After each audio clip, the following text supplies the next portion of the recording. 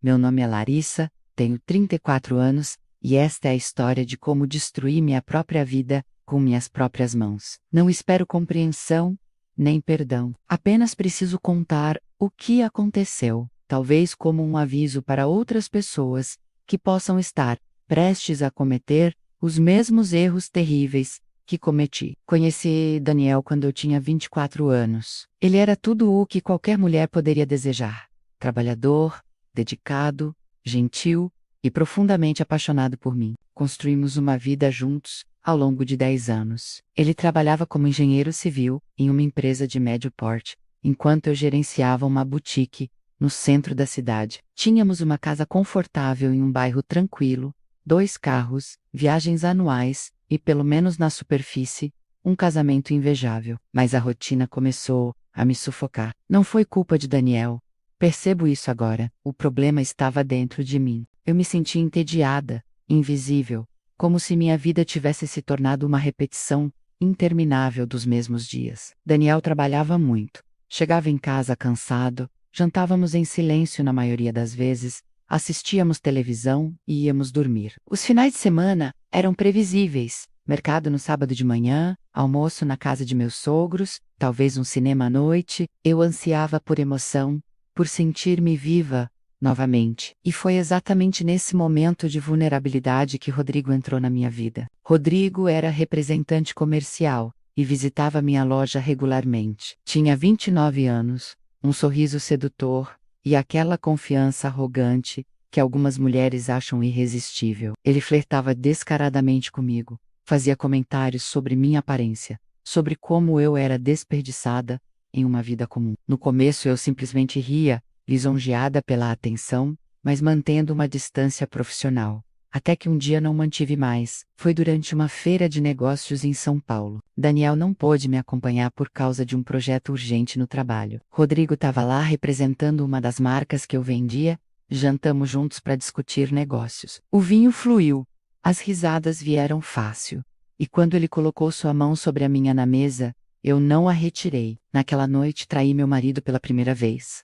A culpa foi imediata e esmagadora. Chorei no chuveiro do hotel, olhando para meu reflexo no espelho embaçado, mal reconhecendo a mulher que via. Prometi a mim mesma que nunca mais aconteceria, que Daniel nunca saberia, que eu seria uma esposa melhor dali em diante. Mas mantive o número de Rodrigo, e quando ele me enviou uma mensagem alguns dias depois, eu respondi. O caso se tornou uma parte regular da minha vida. Rodrigo e eu nos encontrávamos 2 ou 3 vezes por mês, sempre quando ele visitava a cidade ou quando eu precisava fazer compras para a loja. Inventei conferências, reuniões com fornecedores, eventos de networking. Daniel, confiante e ocupado com seu próprio trabalho, nunca questionou. Rodrigo me fazia sentir jovem, desejada, excitante. Ele enviava mensagens provocantes durante o dia, me chamava de apelidos carinhosos, planejava encontros em hotéis chiques. Era tudo o que minha vida doméstica não era.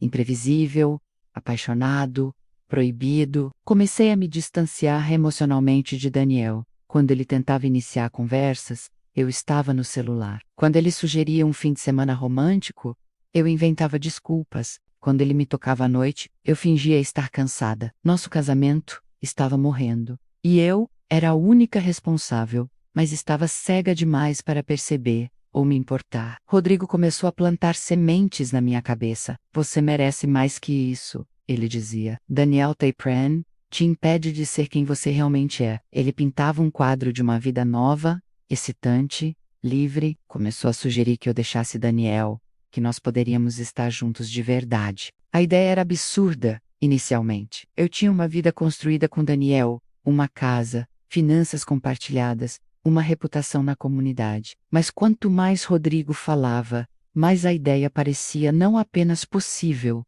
mas necessária. Foi então que cometi o erro que mudaria tudo. Em uma discussão banal sobre lavar a louça, perdi a paciência. As palavras saíram da minha boca antes que eu pudesse detar-los. Estou tendo um caso, Daniel, há meses, e acho que quero o divórcio. O silêncio que se seguiu foi ensurdecedor. Daniel ficou completamente imóvel, o prato que segurava ainda na mão, o rosto drenado de cor. Vi seu mundo desmoronar em seus olhos, e senti uma mistura estranha de culpa, alívio e vergonhosamente poder. Calm, foi tudo o que ele conseguiu perguntar. Sua voz quase um sussurro. Rodrigo, o representante que vem à loja, Daniel colocou o prato cuidadosamente sobre o balcão, como se tivesse medo de deixá-lo cair. Por quanto tempo? 6 meses. Ele balançou a cabeça lentamente, ainda processando. Por que, Larissa? O que eu fiz de errado? E ali estava a pergunta, que eu deveria ter me feito muito antes. Mas em vez de reflexão, senti raiva. Raiva por ele me fazer sentir culpada. Raiva por ele ser tão perfeito, que isso tornava meu erro ainda mais horrível. Você não fez nada, eu disse friamente. Esse é o problema. Você não faz nada. Nossa vida é entediante, previsível. Não me sinto mais viva com você. Daniel ficou em casa naquela noite, mas dormiu no quarto de hóspedes. Nos dias seguintes, ele ficou quieto, distante, claramente ferido. Eu esperava raiva, esperava gritos. Esperava que ele me pedisse para sair. Mas ele não fez nada disso. Ele simplesmente continuou vivendo na mesma casa que eu como um fantasma. Isso me irritou mais do que deveria. Liguei para Rodrigo, desabafei sobre como Daniel estava sendo patético, como ele não tinha coragem nem de me confrontar adequadamente. Rodrigo riu e disse: ele não vai te deixar ir. Homens como ele são fracos demais para agir. Ele vai te implorar para voltar e perdoá-lo por não ser bom o suficiente. Essa conversa alimentou minha arrogância. Uma semana depois da confissão, Daniel finalmente falou comigo. Encontrei-o na sala quando cheguei em casa do trabalho. Ele estava sentado no sofá, as mãos entrelaçadas, olhando para o chão. Larissa, precisamos conversar sobre o que vamos fazer, ele disse, sua voz cansada. Não há nada a conversar, respondi, cruzando os braços. Eu já te disse, quero o divórcio. Você tem certeza? Não há nada que possamos fazer para consertar isso? Revirei os olhos. Daniel, não há nada para consertar. Eu não te amo mais. Estou apaixonada por outra pessoa. Vi a dor atravessar seu rosto. Mas em vez de me sentir culpada, senti desdém. Ele era tão fraco, tão patético. Rodrigo estava certo. Então você realmente quer isso? Ele perguntou, finalmente levantando os olhos para me encontrar. Sim. E sejamos honestos, Daniel, você não vai fazer nada sobre isso. Você não tem coragem de se divorciar de mim. Você vai ficar aqui, esperando que eu mude de ideia, sendo um mártir sofredor. Foi a gota d'água. E o desafio. Provoquei sua masculinidade, sua dignidade, e no momento em que as palavras saíram da minha boca, vi algo mudar em seus olhos. A dor foi substituída por algo que eu não esperava. Determinação. Você está certa, ele disse calmamente, levantando-se. Eu não tenho coragem de continuar em um casamento onde não sou amado. Vou ao advogado amanhã. Prepare-se para o divórcio, Larissa. Você conseguiu o que queria. Eu deveria ter percebido a mudança no tom, a firmeza na voz, mas estava confiante demais, certa demais de que ele estava blefando. Claro, Daniel, quando você realmente fizer isso, me avise, eu disse com sarcasmo, subindo as escadas para o quarto. Daniel não estava blefando. 3 dias depois, recebi uma notificação formal de processo de divórcio. Fecoite, parte de mim realmente acreditava que ele ficaria indefinidamente, esperando que eu reconsiderasse, incapaz de tomar a decisão final. Mas ali estava, preto no branco, uma ação de divórcio. E quando li os detalhes, meu estômago afundou. Daniel estava pedindo a divisão de bens conforme a lei, o que significava que nossa casa, nossas economias, tudo seria dividido igualmente. Mas havia mais. Ele tinha documentado minhas mensagens com Rodrigo através das contas compartilhadas do celular, tinha registros de minhas viagens de negócios, que coincidiam com os horários de Rodrigo na cidade. Tinha até fotografias que eu nem sabia que existiam. Liguei para Daniel imediatamente. O que você pensa que está fazendo? Gritei quando ele atendeu. Exatamente o que você me desafiou a fazer, ele respondeu, sua voz calma e controlada. Estou me divorciando de você. Você não pode me fazer isso. Larissa, você me traiu, você me disse que não me amava mais. Você me desafiou a ter coragem. Bem, aqui está minha coragem. Vou seguir em frente com minha vida. E você vai ter que fazer o mesmo. E toda essa documentação? Você estava me espionando? Não. Mas quando você me contou sobre o caso, comecei a prestar atenção. Não foi difícil juntar as peças. E sim, Vou usar tudo isso no processo. Você cometeu adultério, e isso terá consequências. Desliguei na cara dele, furiosa, e pela primeira vez, assustada. Liguei para Rodrigo, esperando apoio e conforto. Ele realmente entrou com o divórcio, disse, minha voz trêmula. E tem provas de tudo. Houve uma pausa longa do outro lado da linha. Bem, isso complica as coisas. Rodrigo, você disse que estaríamos juntos quando eu deixasse Daniel. Eu sei, mas, olha, talvez devêssemos desacelerar um pouco. As coisas estão ficando muito sérias, muito rápido. Um frio percorreu minha espinha. O que você está dizendo? Estou dizendo que talvez não seja o melhor momento para nós. Você está passando por um divórcio complicado, há toda essa questão legal. Acho que precisamos de um tempo. Um tempo? Rodrigo, eu destruí meu casamento por você. Ninguém pediu para você fazer isso, Larissa. Eu nunca prometi nada concreto. Nos divertimos. Mas isso é muita bagagem para mim. Ele desligou. E eu fiquei ali, segurando o telefone. A realidade finalmente começando a penetrar em minha mente arrogante. Os meses seguintes foram um pesadelo. Rodrigo desapareceu completamente da minha vida. Bloqueou meu número. Parou de visitar a loja. Simplesmente evaporou. Eu havia destruído meu casamento por uma ilusão, por um homem que nunca teve intenções sérias. O processo de divórcio foi brutal. O advogado de Daniel era agressivo e competente. Eles apresentaram todas as evidências do meu caso, pintando um quadro de uma esposa infiel e descuidada. Meu advogado tentou argumentar que o adultério não deveria afetar a divisão de bens, mas a reputação importa em cidades pequenas, e o juiz claramente não estava impressionado comigo. No final, a casa foi vendida e os lucros divididos, mas como a maior parte do pagamento inicial tinha vindo da família de Daniel, a divisão não foi igual. Recebi menos do que esperava. Nossas economias foram divididas, mas descobri que Daniel tinha sido muito mais cuidadoso com finanças do que eu percebia. Ele tinha contas separadas, investimentos que eu não conhecia, todos legalmente dele.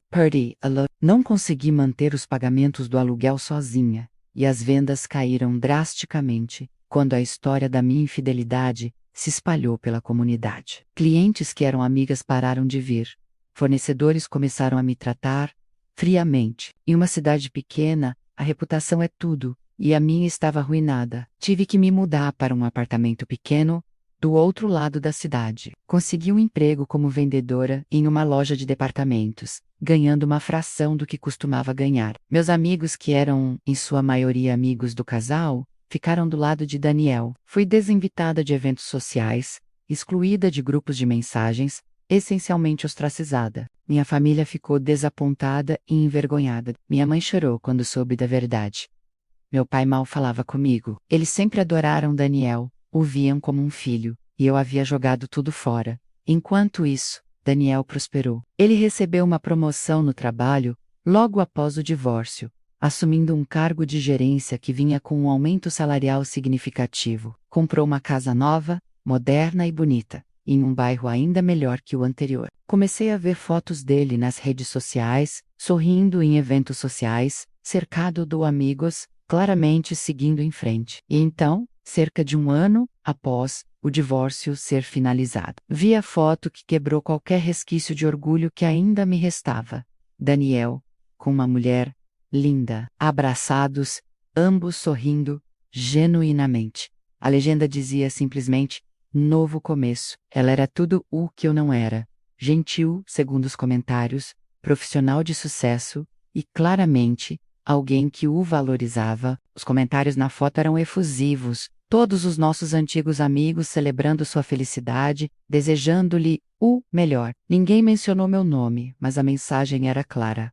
Daniel tinha seguido em frente, e estava melhor sem mim. Sentada no meu pequeno apartamento, olhando para as paredes vazias, e para a vida vazia que havia criado. Finalmente permiti que a verdade completa me atingisse. Eu havia tido tudo: um marido dedicado que me amava incondicionalmente, uma vida confortável, estável, segura, amigos, família, respeito na comunidade, uma carreira próspera. E joguei tudo isso fora porque estava entediada, porque queria emoção, porque fui seduzida por palavras vazias e promessas falsas de um homem que nunca me amou de verdade. Daniel não era perfeito.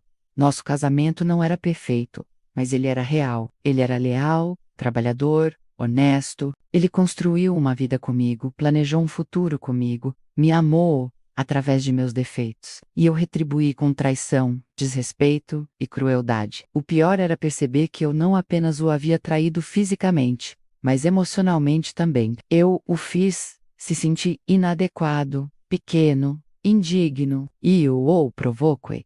Desafiei sua coragem, zombei de sua dor. E então, quando ele finalmente reuniu a força para se afastar de mim, para escolher sua própria dignidade, sobre o amor que sentia por mim, eu fiquei chocada. Eu havia subestimado Daniel completamente. Confundi sua gentileza com fraqueza, sua paciência com passividade. Achei que ele seria incapaz de me deixar, que seu amor por mim o tornaria refém de qualquer coisa que eu fizesse. Mas seu amor próprio, sua dignidade, seu senso de valor, tudo isso era maior que seu amor por mim. E ele provou isso. Tentei entrar em contato com ele várias vezes nos meses seguintes ao divórcio. Escrevi mensagens longas, pedindo desculpas, implorando por uma chance de conversar, de explicar. Todas foram ignoradas. Tentei ligar, mas ele bloqueou meu número. Pensei em aparecer em sua casa, mas sabia que seria inapropriado e potencialmente assustador. Ele tinha seguido em frente,